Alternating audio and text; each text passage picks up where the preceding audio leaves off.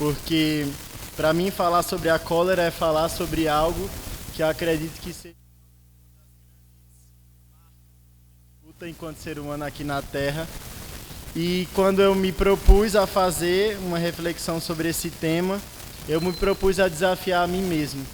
E é por isso que eu rogo a presença da espiritualidade amiga para que nos conduza da melhor maneira possível para falar desse tema, que também é mais um tema que nós trazemos, que nos mobiliza tanto enquanto seres humanos, porque é algo que nós vemos também ganhar grandes proporções na nossa vida diária, seja na nossa vida em casa, na nossa vida no trabalho, por onde quer que nós passemos por essa terra, nós estamos vendo as pessoas cada vez mais encolerizadas, né? Com a raiva, a agressividade, a impulsividade tomando conta das nossas ações, e às vezes por questões aparentemente muito pequenas, nós acabamos ferindo o outro, nós acabamos matando o outro, tudo isso em função dessa energia que nós deixamos tomar conta de nós e que acaba sendo tão destrutiva para nós e para aqueles que vivem junto de nós. Para isso, nós vamos fazer e traçar um pequeno panorama sobre como o grande dilema filosófico, científico sobre o espírito e a matéria nos leva a refletir sobre a questão das emoções, dos sentimentos, para depois nós chegarmos a refletir especificamente sobre a cólera, sobre a raiva, que é isso que nós temos tão presente nas nossas existências. Então, desde Sócrates, passando por Descartes, por Spinoza e por tantos outros filósofos que contribuíram com as suas ideias científico-filosóficas, existiu sempre um grande dilema, um grande entrave para falar sobre a natureza do ser humano.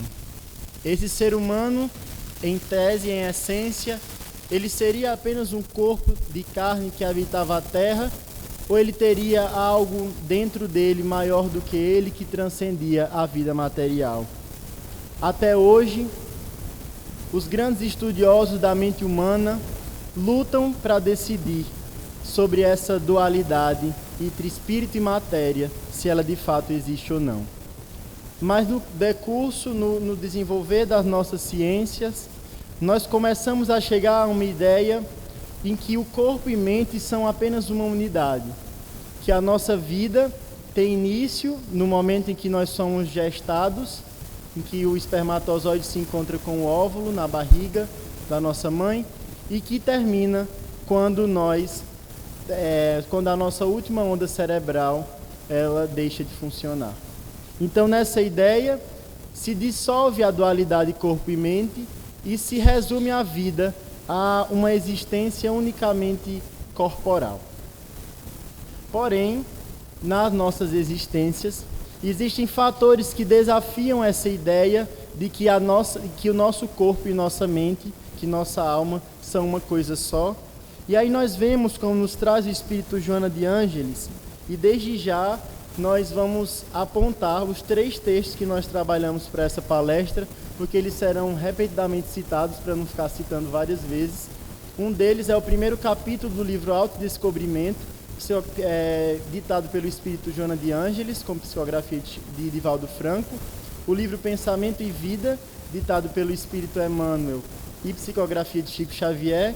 E o livro Conflitos Existenciais, também do Espírito Joana de Ângeles, psicografado por Divaldo Franco. Então, Joana de Ângeles vai dizer que nas experiências de vida, nós vamos nos deparando, por exemplo, com os nossos desdobramentos, chamados as viagens astrais, com certas experiências de recordações de vidas passadas, de materializações e desmaterializações, e todos esses fenômenos, eles careciam de uma explicação lógica que desse justamente uma clareada sobre o porquê deles aconteciam. A partir do espiritismo e do avanço da ciência, nós vamos nos aproximando de uma outra realidade. Nós vamos nos aproximando cada vez mais da confirmação da ideia de que o nosso corpo e a nossa alma não são um só.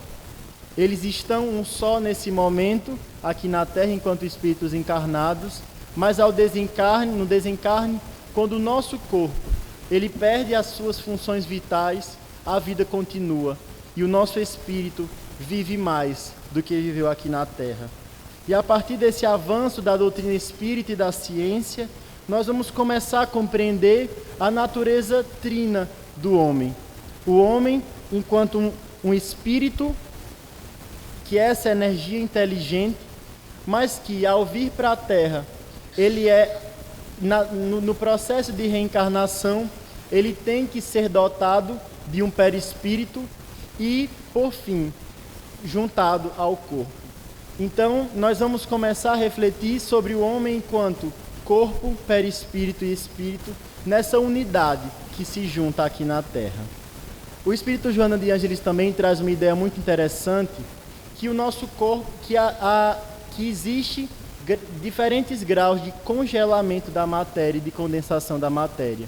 Então, o nosso espírito, ele é o grau mais sutil, em que a matéria está mais sutil em sua forma.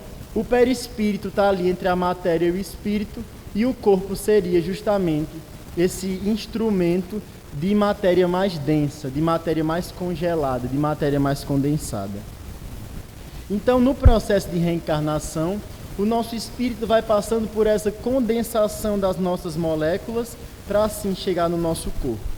E todo esse processo vai dizer também do modo com que nós sentimos e vivenciamos as experiências das emoções. O Espírito Emmanuel, no primeiro capítulo do livro Pensamento e Vida, ele vai trazer 3 frases que nós vamos tomar como base da nossa reflexão de hoje e que nós vamos tentar esmiuçar um pouco elas para nós começarmos a entender a complexidade do sentir e do emocionar-se enquanto seres humanos. Porque nós acreditamos que a emoção, ela tem na sua base, e nisso Charles Darwin já explicava que existe uma base hereditária comum, uma base filogenética comum das emoções. Só que a complexidade do ser humano torna as emoções muito mais amplas e torna a vivência das emoções muito mais intensa do que nos animais.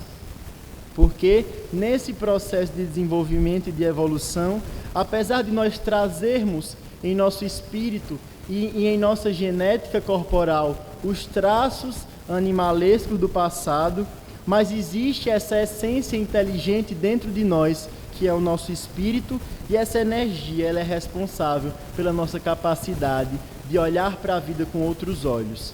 Então, as nossas emoções que nós vamos sentindo, elas vão começar a ser ligadas à nossa história de vida, porque os animais não necessariamente têm uma história de vida, eles têm as mesmas histórias. Então, basicamente, o que se tem como emoção nos animais é uma coisa única para todo mundo. E o que se tem de emoção nos seres humanos pode ter um nome só. A gente pode chamar de raiva, a gente pode chamar de alegria, a gente pode chamar de tristeza, mas a vivência do ser humano, enquanto seres únicos, enquanto seres singulares, a vivência das emoções é diferente em cada um de nós. Então, a raiva que eu sinto não é a mesma raiva que você sente, nem pelos mesmos motivos. Pode ter, às vezes, e aí a gente vai vendo nessa herança genética, pode ter as mesmas expressões fisiológicas. Então, quando a gente está com raiva, a gente acelera o coração, a gente contrai os nossos músculos, a gente prepara o nosso corpo para a fuga, mas que talvez a minha raiva e o motivo da minha raiva, a raiz da minha raiva, não é igual mais à raiz da raiva de ninguém. Porque isso diz respeito à nossa história enquanto espíritos imortais. Então, retomando ao livro Pensamento e Vida, o Espírito Emmanuel vai dizer as seguintes frases. O reflexo esboça a emotividade plasma a ideia, e a ideia determina a atitude e a palavra que comandam as ações. Então, ele vai dizer que o primeiro ponto do desenvolvimento das nossas faculdades psíquicas enquanto seres humanos é o reflexo. Se eu pegar uma agulha e furar minha mão, meu corpo automaticamente reage a esse estímulo e me dá uma resposta. Se alguém, por exemplo, vem e me bate, o meu corpo também reage com uma resposta. E essa reação do reflexo é uma reação tipicamente animal. Se você apresentar, por exemplo, uma comida, um biscoito a um cachorro, automaticamente ele começa a salivar. E ali é um reflexo que não é um reflexo consciente, que o corpo dele reage a um determinado estímulo. Mas o Espírito Emmanuel vai dizer que no desenvolvimento da nossa consciência, nós começamos com esses reflexos, em uma vida totalmente desprovida de reflexão. A gente não consegue pensar na nossa vida. Mas no nosso desenvolvimento, esses reflexos, essas reações ao que vem de fora, vão construindo as nossas experiências emocionais. Por exemplo, vamos pensar em termos de animal, para depois a gente pensar em termos de ser humano. Quando um animal está com fome, ele esboça uma emoção semelhante à emoção da raiva, o incômodo da fome. Então, ele utiliza-se dessa raiva como motor para ele caçar, matar outro animal e se alimentar dele. Então, nisso, nós vamos, enquanto seres que temos essas heranças genéticas, vamos desenvolvendo a nossa emotividade, mas a partir do momento que a nossa consciência vai atingindo determinados graus, nós vamos começando a pensar, a ter ideias.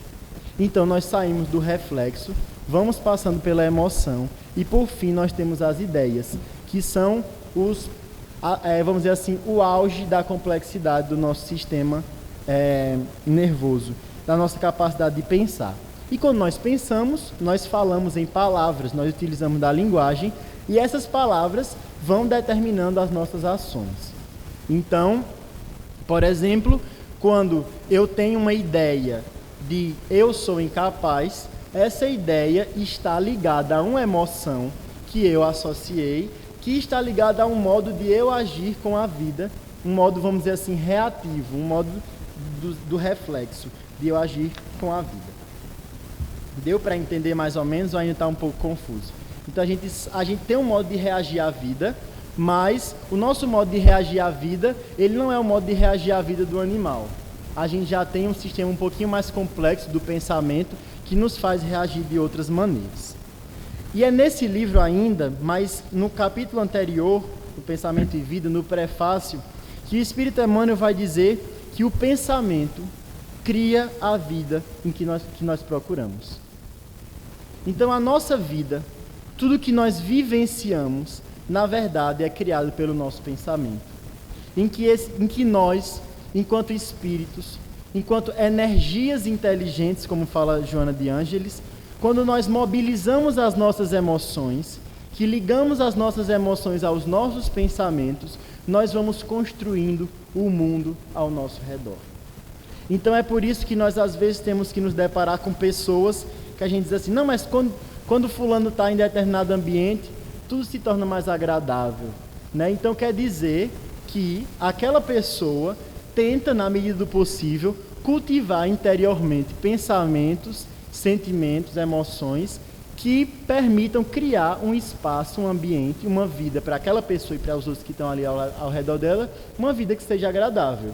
Enquanto às vezes a gente encontra pessoas que são extremamente difíceis de estarmos no mesmo ambiente que elas, porque são pessoas que alimentam pensamentos muito negativos, que ficam circulando nas suas emoções negativas, e aquilo ali é sentido também no ambiente em que nós estamos.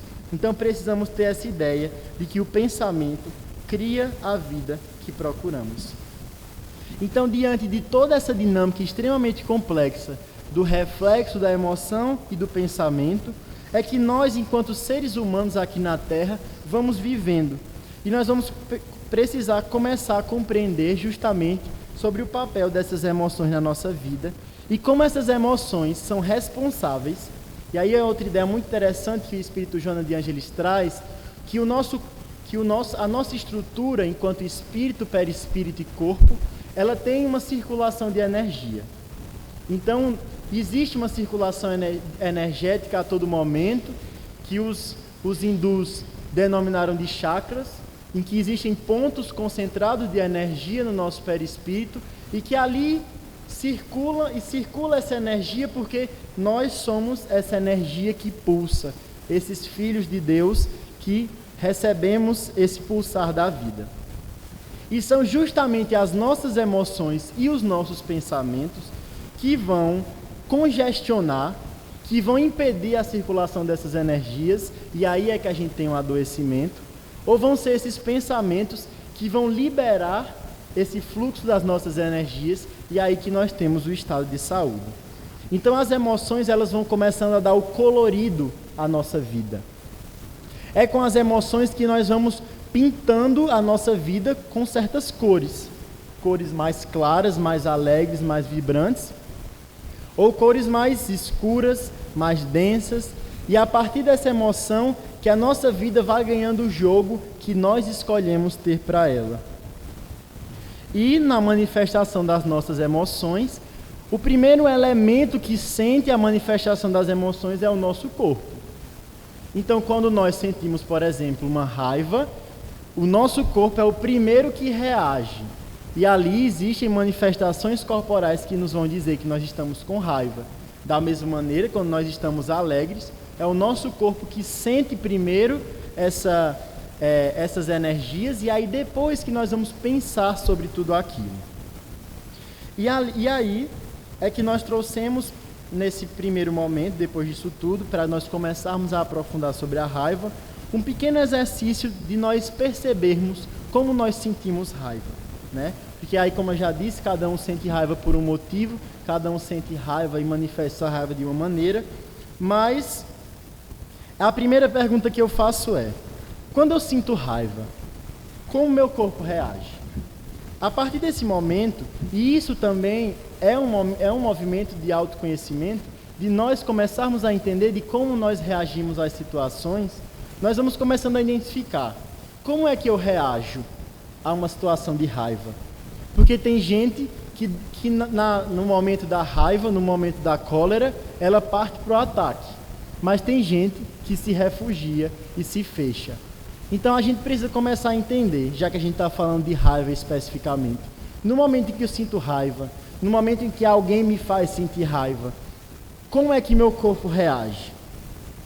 E aí que o Espírito Joana de Ângeles, refletindo só sobre a raiva no livro Conflitos Existenciais, ela tem um capítulo inteiro só falando da raiva, ela vai dizer que durante o momento em que nós sentimos a raiva, a reação do nosso corpo é liberar adrenalina e liberar cortisol.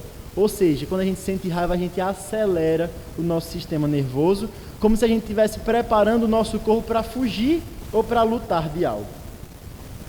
Então, a segunda pergunta que a gente faz é: com o que eu estou lutando quando eu estou com raiva? Porque a luta animal é uma luta que a gente diz, não, é uma luta de uma presa com um caçador, ou de um predador com um caçador.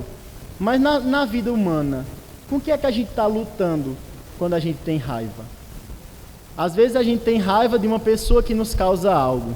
Então parece que aquela pessoa é a que nós estamos querendo lutar com ela.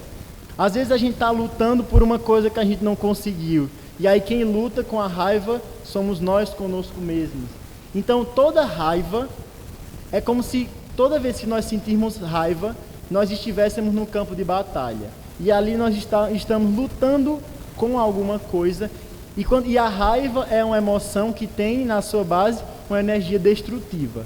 Então geralmente essa luta da raiva é para destruir alguma coisa.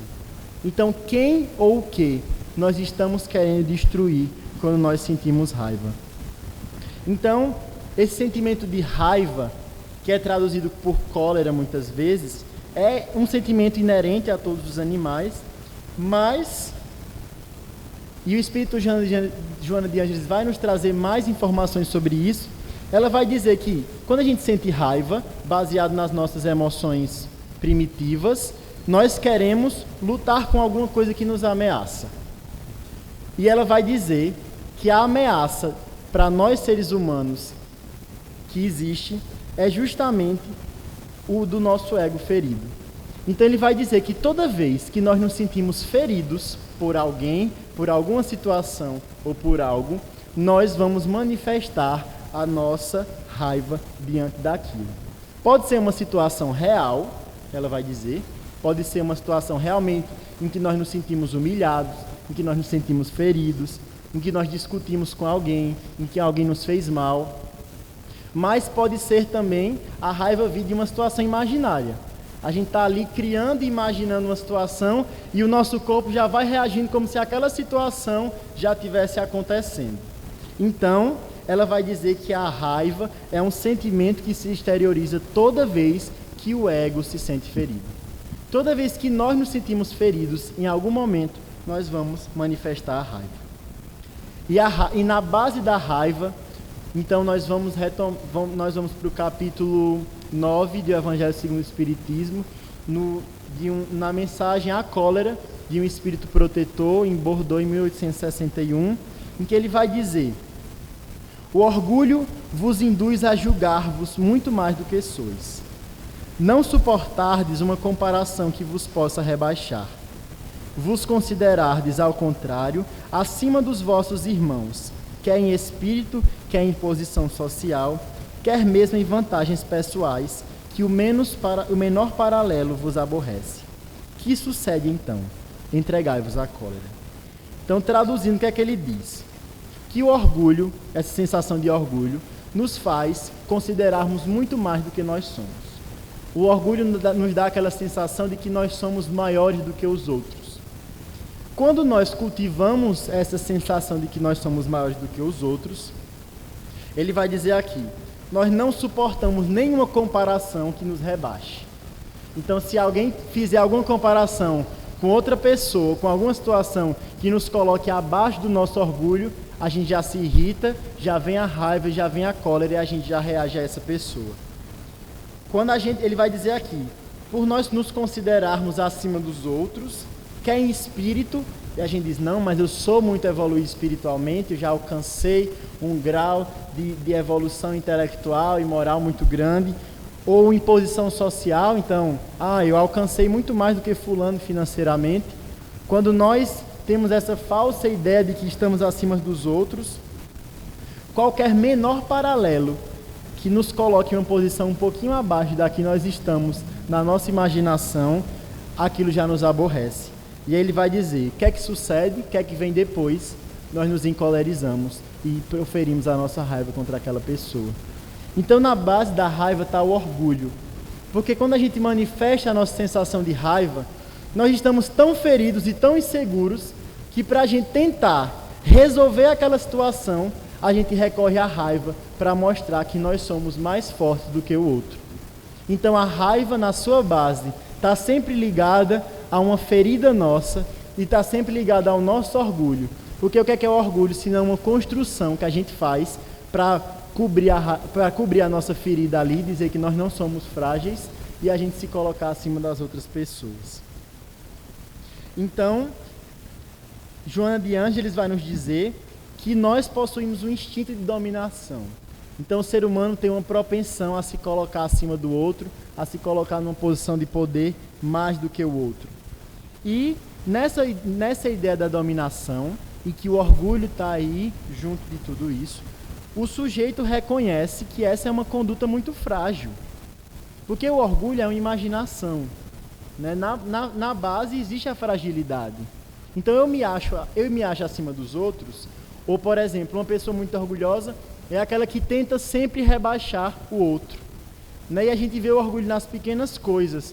Quando, por exemplo, até você diz, eu estou doente de uma doença, aí fulano vai dizer que está doente de 5 doenças, que é para ele estar acima de você até no número de doenças. Né? Então, o orgulho está sempre nesse movimento de se comparar ao outro para se colocar acima, porque, na verdade, não se está acima, muitas vezes até se está abaixo, mas nós não queremos reconhecer isso. E aí nós não construímos uma força interior para colocar, às vezes, as nossas ideias. Por exemplo, numa discussão, às vezes a gente é tão fragilizado que a gente não sabe nem conversar com o outro, e se o outro trouxer um ponto de vista diferente, o que é que a gente faz? Mata. Porque a gente não sabe nem lidar com as ideias dos outros, a gente vive nesse conflito e a gente faz o quê? Usa a raiva não para defender o nosso ponto de vista, mas para dizer que nós somos tão frágeis que nós não sabemos nem argumentar contra o argumento do outro. Nós não sabemos nem nos colocar em relação a essa pessoa.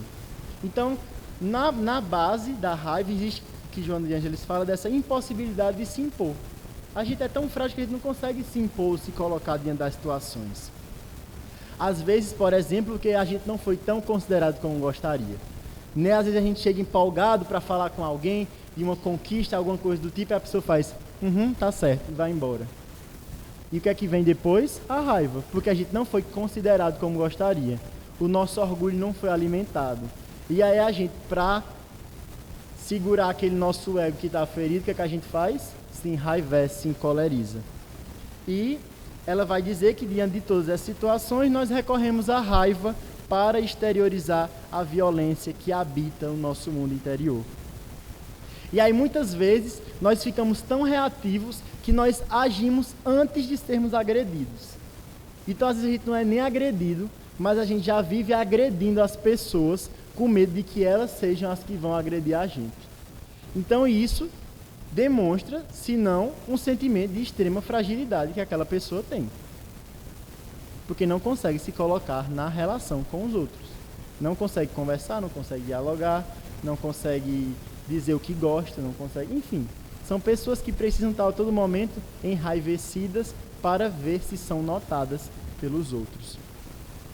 Então, no livro Conflitos Existenciais, Joana de Ângeles vai dizer que a raiva é o resultado de pequenas frustrações e contínuas castrações psicológicas, que muitas vezes são surgidas dentro do próprio seio familiar. Então, às vezes são, por exemplo, pais muito rigorosos, que não permitem que haja um diálogo dentro de casa, e aí a pessoa não aprende a dialogar, o que é que ela aprende? A reagir, a se impor, a agredir o outro. Né? Às vezes, então ela vai dizer que muitas vezes o seio familiar é responsável por essas manifestações, por, vamos dizer assim, nos despertar essas manifestações de raiva perante os outros e perante a vida. Ela vai dizer também que o nosso adoecimento psicológico diante da raiva, e a gente precisa fazer uma diferença muito clara de que a raiva é algo natural, é algo comum a nós seres humanos, mas existem níveis de raiva que já nos prejudicam a nossa vida e prejudicam a vida dos outros. Porque ninguém vai sair daqui sem sentir raiva de ninguém, sem sentir raiva de nada, porque também a energia que a gente mobiliza com a raiva é uma energia que nos impulsiona a fazer alguma coisa. A agressividade nos impulsiona a fazer alguma coisa. A gente pode pegar essa energia e fazer outras coisas. Mas aí, se a gente quiser apagar tudo isso, a gente vai viver apático, vivendo no mundo sem reagir a nada. E a vida no mundo nos convoca às reações. O problema é quando essas reações estão adoecidas, estão fragilizadas. Ela vai dizer que existem causas atuais da raiva exagerada, que aí vem da nossa história de vida, da nossa família, mas existem também causas anteriores que nos trazem isso. E muitas vezes vai dizer que quem tem essas manifestações muito exacerbadas de raiva é porque traz no seu íntimo um conflito de culpa muito grande. E aí, para lidar com a culpa, precisa o quê? Ferir o outro. E aí eu firo o outro para não lidar com minha culpa, para não lidar com as minhas questões interiores, e ali eu firo o outro porque aí o outro vai ser o objeto da minha raiva, quando na verdade devíamos estar mobilizando essas energias para o nosso trabalho interior. Então, nós carregamos inconscientemente a ideia de que o mundo é muito hostil. E às vezes a gente reforça muito essa ideia. O mundo lá fora é muito perigoso. Se o mundo lá fora é muito perigoso, a gente tem que viver armado para lidar com esse mundo muito perigoso. E se graças a Deus a gente não anda com armas físicas, a gente anda com armas interiores, armas psicológicas para lidar com o outro. Então a gente fere muitas vezes o outro com as nossas palavras, a gente fere o outro com as nossas ações. Então a gente vive nessa ideia tão infantil de que o mundo lá fora é um mundo muito perigoso e a gente vem armado para todas as situações. E às vezes chega alguém para nós, para o nosso convívio, que nem tem essas pretensões de nos ferir ou de fazer alguma coisa, mas o que a gente faz? Afasta logo ela. Fere logo ela para que ela não participe do nosso convívio e que não mexa em nada dentro da gente.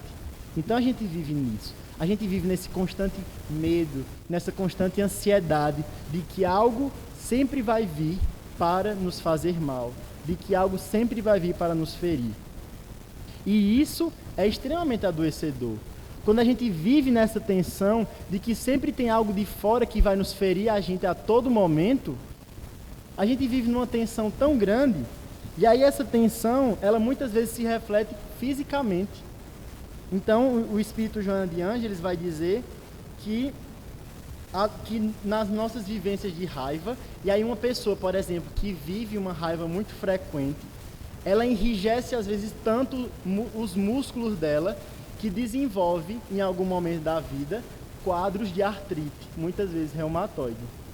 Então, uma pessoa que se enrijece tanto, que se arma tanto, que se endurece tanto por causa da raiva e por causa das defesas contra o outro, que aí o corpo manifesta, o corpo não aguenta e adoece. Então ela vai trazer também, e aí é muito interessante, as manifestações físicas e corporais dessa alimentação da nossa raiva. Por quê? Se o pensamento cria a vida que nós procuramos, quando nós pensamos e sentimos, o nosso corpo também está nesse embalo, está nessa viagem junto com os nossos pensamentos e os nossos sentimentos. Outra coisa, além desse enrijecimento muscular, desse enrijecimento ósseo, ela fala de indigestões, questões do sistema digestivo. Indigestões, hepatites, originam-se quando a gente aconchega, quando a gente guarda esse ódio e essa raiva dentro de nós e nós não digerimos essa raiva e esse ódio. Então a gente se torna um depósito de raiva. E o depósito no nosso corpo é o nosso estômago. E aí a gente tem um adoecimento no nosso estômago, muitas vezes no nosso fígado, muitas vezes no nosso intestino, porque nós também no nosso orgulho, nós vamos guardando tudo aquilo, porque nós não manifestamos de uma maneira, nós não aprendemos a manifestar a raiva de outra maneira, senão a maneira de agressividade. E aí às vezes a gente não quer ser agressivo, o que a gente faz? Engole a raiva. E engolindo a raiva, se a gente não digerir ela, se a gente não trabalhar ela, ela vai enraizar no nosso corpo e vai fazer com que o nosso corpo sofra também. Então, tudo isso, ela vai dizer também que o acumular das pequenas raivas pode gerar também transtornos depressivos. E ela vai trazendo que todo esse acumular das raivas, todo esse acumular dessas energias negativas, muitas vezes se manifesta na forma do ciúme, em que o outro é minha posse, e aí se o outro sai do meu domínio, eu tenho raiva dele, e aí a gente vê aí os casos de homicídio aumentando cada vez mais, porque o parceiro não quer ficar mais com a parceira, aí vai lá e mata. Né? Então, o ciúme também é uma manifestação de raiva que é dirigida contra o outro muito grande. E aí nós vamos vendo pessoas que têm no seu discurso cada vez mais a ideia de infelicidade. Então são pessoas cada vez mais pesarosas, porque acham que a vida sempre é algo que nós precisamos estar lutando contra ela. E aí, se a vida é uma constante luta, nenhuma luta é boa. Nenhuma luta em termos de destruir o outro é boa, porque mobiliza muito as nossas energias. Então aí a gente fica cansado. E aí a gente vai criando essas ideias de que a vida é somente infelicidade. A ideia da inveja também, e ela vai dizer também a ideia da autopunição. Então nós, muitas vezes, numa ideia errônea sobre as nossas atitudes, nós vamos desenvolvendo uma estratégia de punirmos a nós mesmos. Se hoje não se passa mais o suplício do chicote como passava antes na Igreja Católica, nós criamos chicotes mentais para estarmos a todo momento nos punindo. E aí, às vezes, muitas vezes, não nos permite vivenciar situações de alegria e de prazer, porque nós fizemos determinada coisa e a gente vai e se pune. Então, a gente está dirigindo essa raiva contra nós mesmos. Porque eu fiz alguma coisa errada no meu trabalho, e ali, às vezes é tão inconsciente que a gente nem percebe isso. E a gente deixa de, sei lá, ir para o encontro com os amigos porque fez uma coisa errada no trabalho, e aí não pode se permitir ser alegre naquele momento. Tem que se punir, tem que se dar. E a gente vive nessa constante autopunição que também nos traz uma vida extremamente difícil e pesarosa de viver. Porque uma vida em que nós não podemos errar por um minuto é uma vida também muito difícil. Mas a vida que nós não podemos errar por um minuto é a vida de quem? Do orgulhoso. Porque o orgulhoso é aquele que é perfeito, superior, sem erro, sem emoções negativas, sem nada, sem pensamento negativo, sem nada. Aí vem um pensamentozinho negativo, aí já destrói o mundo todinho. Ai, meu Deus, eu não sou a pessoa perfeita. O que é que faz? Se pune. Então, tudo isso tem como sua base o orgulho. Porque nós nos achamos acima dos outros e, por sustentarmos essa perfeição que não existe em ninguém aqui na Terra, não existe perfeição em ninguém, mas a gente quer achar que existe, e aí a gente vive. Tanto punindo os outros porque eles não são perfeitos, como punindo a nós mesmos porque nós não somos perfeitos. Então isso é um movimento extremamente destrutivo que nós temos para com a vida, né? Então nós temos, quando se tem essa manifestação de raiva, existe uma grande insegurança no próprio valor que nós temos. Então, qual é o valor que nós nos damos? O valor real que nós temos? Ou o medo de ser ultrapassado? E aí o medo de ser ultrapassado a gente vê aonde? No trânsito, né? Ah, fulano me cortou e aí eu preciso cortar ele também. Aí quando vê, bate em 3, 4 carros e está lá aquele acidente todo causado na rua. Por quê? Porque eu não podia ser ultrapassado.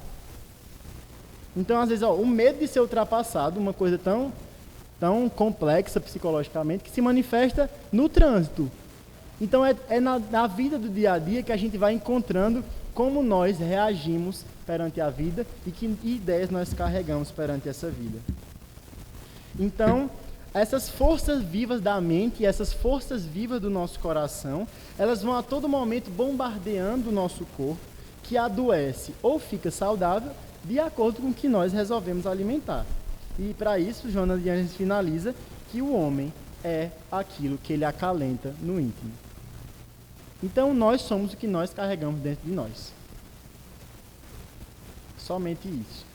Somente dá muito trabalho também, né? Porque a gente vai ter que escolher o que acalentar dentro de nós para sermos alguém que acalenta coisas boas ou que acalenta coisas ruins. Então, nesse trabalho com a raiva, é interessante nesse livro aqui, se vocês puderem, se tiverem interesse nos conflitos existenciais, porque ela traz inúmeros temas, por exemplo, como preguiça, raiva, medo, ressentimento, culpa, ciúme, ansiedade, crueldade, violência, enfim, ela traz vários temas. Ela traz as bases psicológicas, as bases espirituais e ainda traz indicações de como se trabalhar com tudo isso que faz parte da nossa vida, né? Porque a raiva aqui faz parte da vida de todos nós enquanto seres humanos. Então ela vai dizer, o Espírito Jonas de Anjos vai dizer que nós precisamos fazer um trabalho com a raiva, né? Nós precisamos chamar a raiva primeiro reconhecer que nós sentimos ela, né? Porque às vezes o orgulhoso é tão orgulhoso que ele sente a raiva, mas ele reprime essa raiva, que é para ninguém ver que ele sente a raiva, e ali está tudo bem, é o espírito perfeito, é o próprio Chico Xavier, que nem se irrita, né? Aquela coisa assim, bem tranquila. Mas a gente precisa primeiramente se conscientizar de que a raiva é uma manifestação natural da nossa vida. É uma manifestação da nossa condição de seres humanos. Mas aí, nós não temos controle tanto sobre a raiva, mas nós temos controle sobre como nós expressamos essa raiva. Porque eu posso expressar a minha raiva batendo em alguém, e eu posso expressar essa minha raiva, sei lá, fazendo um desenho, uma pintura. E cada um vai encontrando o seu modo de expressar essa raiva. Então a gente precisa ter muito cuidado com isso e dizer assim, não, a gente não pode guardar a raiva para a gente não desenvolver um problema físico. Mas aí como é que a gente vai fazer? A gente vai se tornar aquela pessoa extremamente intolerável, que qualquer mínimo acesso de raiva está lá proferindo palavras desagradáveis e batendo em todo mundo, ferindo todo mundo. Não é assim, porque também senão a gente ia se destruir a todos nós. Mas nós precisamos começar a ter esse cuidado. Nós vivemos em sociedade, mas nós precisamos também nos cuidar. E a gente precisa ir achando o limite entre o que é que eu posso expressar da minha raiva, para o outro entender também que eu fiquei com raiva e que aquilo foi uma situação que eu não gostei, mas que essa expressão da raiva não seja algo que destrua essa pessoa. Porque nós temos também responsabilidade no que nós destruímos da vida da pessoa.